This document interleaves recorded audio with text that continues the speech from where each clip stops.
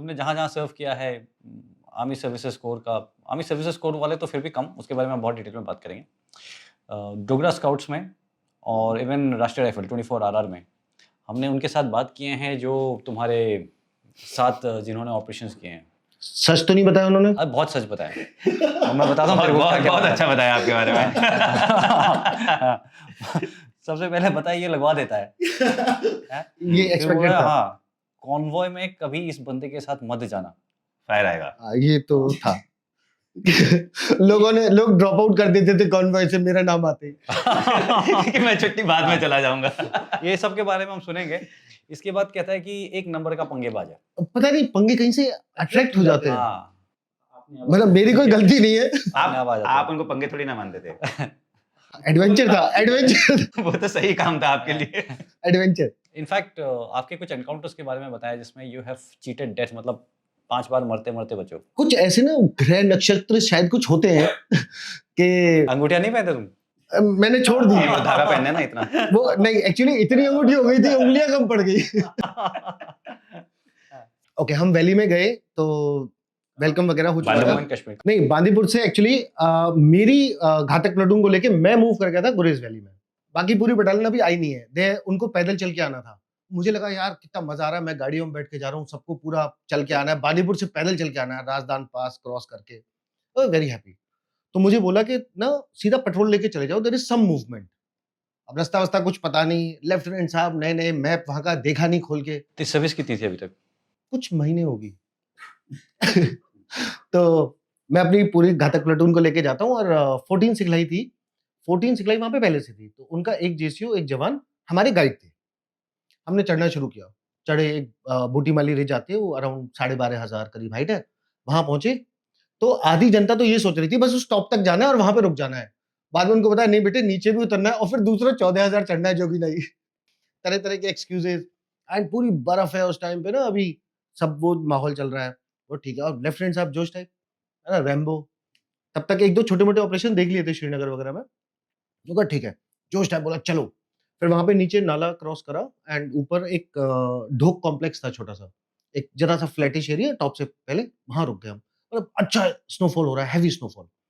वहां बैठे एंड रात को सारे सेंट्री वगैरह लगाए एंड बुक टाइप पूरा चला। और मैं जैसे ही अंदर घुसा कि सारे जवान सेट हो गए, वो कुक हाउस बन गया अपना ना, आग वाग जला ली, सब सेट हो गया। अब मैं घुस के जैसे ही बैठा और शूज खोलने शुरू किए, मेरा सेंट्री दौड़ के आता है, एक बड़ी पैर में से एक आके बोलता है साहब सामने मूवमेंट है। कहाँ मूवमेंट है साहब? वहाँ। तो सबसे पहले वहां गए बाहर, जाके सेंट्री के पास जाके, वो बर्फ गिर रही है जोर से, सामने देखा तो ना कुछ मूवमेंट हो रहा है, टॉर्च वॉर्च। रात का टाइम? रात का टाइम था, तो पूरा अंधेरा हो चुका आप लोग था। ये मूवमेंट पूरा रात को कर रहे थे? नहीं, पहले दिन से शुरू किया था मूवमेंट, यहाँ पहुंचते पहुंचते रात हो गई। एंड पहले सोच रहे थे नाले में रुके, तो फिर सोचा नाला यार कुछ अनसेफ लगा। एक वो सिक्स सेंस टाइप आ जाता है ना, नहीं यार यहाँ तो थोड़ा लोअर ग्राउंड हो गया, कोई आ गया साला ठोक देगा। हम ऊपर चढ़ गए, वहां जाके बैठे और इसने जगह तुरंत बोल दिया कि आओ। तो शूज खोला भी नहीं, मतलब एक लेस खोला एक जूते का और जाकर उनके पास बैठा। मैंने देखा मूवमेंट, भाई साहब फटाफट मेरे तो मतलब ऐसे ना, मैं तो कौन से जनरल सारे मेरे अंदर आ गई, सबकी आत्मा। और बस यहाँ मोटर लगाओ, यहाँ आरएल लगाओ, यहाँ एमएमजी लगाओ, बिल्कुल रेडी हो जाओ, साला एक को भी नहीं छोड़ना। डिस्टेंस होगा कोई 1 किलोमीटर के आसपास क्रॉ फ्लाई, 2 रिजेस है। तो 14 सिखलाई के जो जेसीओ थे, उनको लगा यार ये लेफ्टिनेंट साहब ने बहुत सुपर एक्साइट हो गया है, ये साला अभी सारे सपोर्ट वेपन खोलने वाला है। ठीक है, तो सब सुपर एक्साइटेड, मेरी तो पूरी घातक सुपर एक्साइटेड थी। देखो हरकत कितने दूर पे दिख रहा था? होगा मतलब 1 किलोमीटर के आसपास क्रॉ फ्लाई, तो इट वाज फार, है ना। 2 सेपरेट रिजेस है। मैं सब लगा दिया, मोटर वाटर रेडी, और मेरे माइंड में तो चल चुका है कि अभी वर्ल्ड वॉर 2 शुरू होने वाला है। उसने उठा के डिप्टी कमांडर को वो कर दिया मैसेज, उस पे अपना सेट पे। टेलीग्राम सेट पे या कुछ तो था, उसे बता दिया। डिप्टी कमांडर ने बोला वेरी चौधरी बुलाओ बुलाओ, fetch tiger for tiger type message मैंने सुना, आ जाओ बात करी। वो तो व्हाट इज योर प्लान? मैंने कहा सर मैंने पूरी टैक्टिक्स सब जितनी भी पढ़ी थी सब सुना दी उनको कि सर मैं ये वेपन यहाँ से खोल दूंगा, वहां से खोल दूंगा। उन्होंने पहले तो खूब ढंग से मेरे को मतलब ग्रूम किया। तो अच्छा वो कौन थे पता है? कल कृष्ण गोपाल चटर्जी, महावीर चक्र। वो अपने आप को ऐसे एड्रेस भी ऐसे ही करते थे। अब यार महावीर चक्र ऑफिसर है, ठीक है, और यहाँ लेफ्टिनेंट साहब जिसने एक गोली नहीं चलाई, मतलब ऑलमोस्ट। हाँ। तो सर ने सुनाया होना है, मैंने सुन लिया, ओके।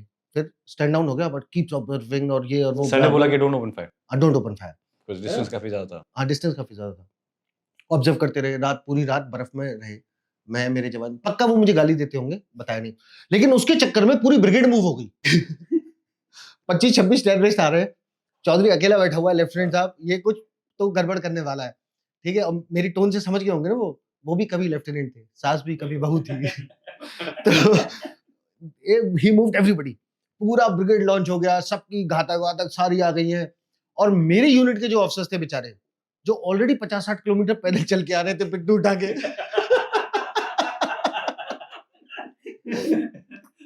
तो लगता है हमने उन्हीं में से किसी से बात की है। सब इनफैक्ट बीच में बताता हूँ, उनमें से एक ऑफिसर, मैं नाम नहीं लूंगा, he is a serving brigadier साहब। तो सर अभी आए हुए थे कहीं, तो मैं उनसे मिलके आया, तो सर मुझे अभी तक बता रहे थे कि साले तेरे चक्कर में पूरी रात बर्फ में घूमे। खैर, वो सब हुआ तामझाम, और वहां से एक लेसन लर्न किया। इफ आई मे आस्क, जो बोला ना सबकी लगवाते हैं, अकेले लगवानी नहीं है। दूसरा, अगली बार फायर खोलने से पहले पूछना रिपोर्ट नहीं नहीं है, देनी है। खोल दो। You are the commander, otherwise also on a serious note, you are commander on the ground. हाँ, उस टाइम पे ठीक है, मैं लेफ्टिनेंट था, मेरे को उतना आइडिया नहीं था कि भाई, फिर भी आप कमांडर ग्राउंड पे। फिर भी कमांडर ग्राउंड पे। तो मुझे लगता है कि शायद अगर वो उन्होंने नहीं बताया होता और मैं मोटर वोटर खोल देता, तो मुझे थोड़ा सा ज्यादा सेटिस्फेक्शन होता। कोई मरता नहीं मरता, दैट्स अ सेपरेट इशू। उसके बाद मैंने किसी से नहीं पूछा। ऑफ कोर्स आप कमांडर थे ग्राउंड पे, बट कोई और मरता हाँ। तब भी हो सकता है आपको सेटिस्फेक्शन की जगह दुख बहुत हो और बहुत लोगों को जवाब देना पड़े। होते होते बचा है एक बार। तो मतलब इट हैपेंस कि आपका कांटेक्ट हुआ, ऑपरेशन हुआ, फायर फाइट जैसे रुकती है, मोबाइल बजता है, ठीक है, वाइब्रेट हो रहा है मोबाइल, आप फोन उठाते हो, कमांडिंग ऑफिसर है, sir you are not answering my call. तो सर गोली चला रहा था, मारा कोई? आई थिंक सर एक मर गया है। साले सिविलियन तो नहीं ठोका? और उसके बाद पूरी रात आप बैठ के राम राम राम राम कर रहे हो कि अगर लगी भी हो तो जिंदा हो। तो शायद इसीलिए कि जब जब मैं लॉन्च हुआ, पीछे से पूरी ब्रिगेड्स लॉन्च हुई, तो शायद इसीलिए वो कहते हैं कि मैं लगवा देता हूँ। सीनियर्स बोलते होंगे कि चौधरी को कहीं पे भी खबर मत देना। जय हिंद। आई होप आपने इस क्लिप को एंजॉय किया है। अगर आप ये फुल पॉडकास्ट देखना चाहते हैं तो उसका लिंक डिस्क्रिप्शन में दिया गया है, और इसी प्रकार के हमारे गैलेंट रियल लाइफ हीरोज़ के अगर पॉडकास्ट आप देखना चाहते हैं तो आप हमारे main channel Monks and Warriors by Colonel Kaushal Kashyap check out कर सकते हैं। जय हिंद।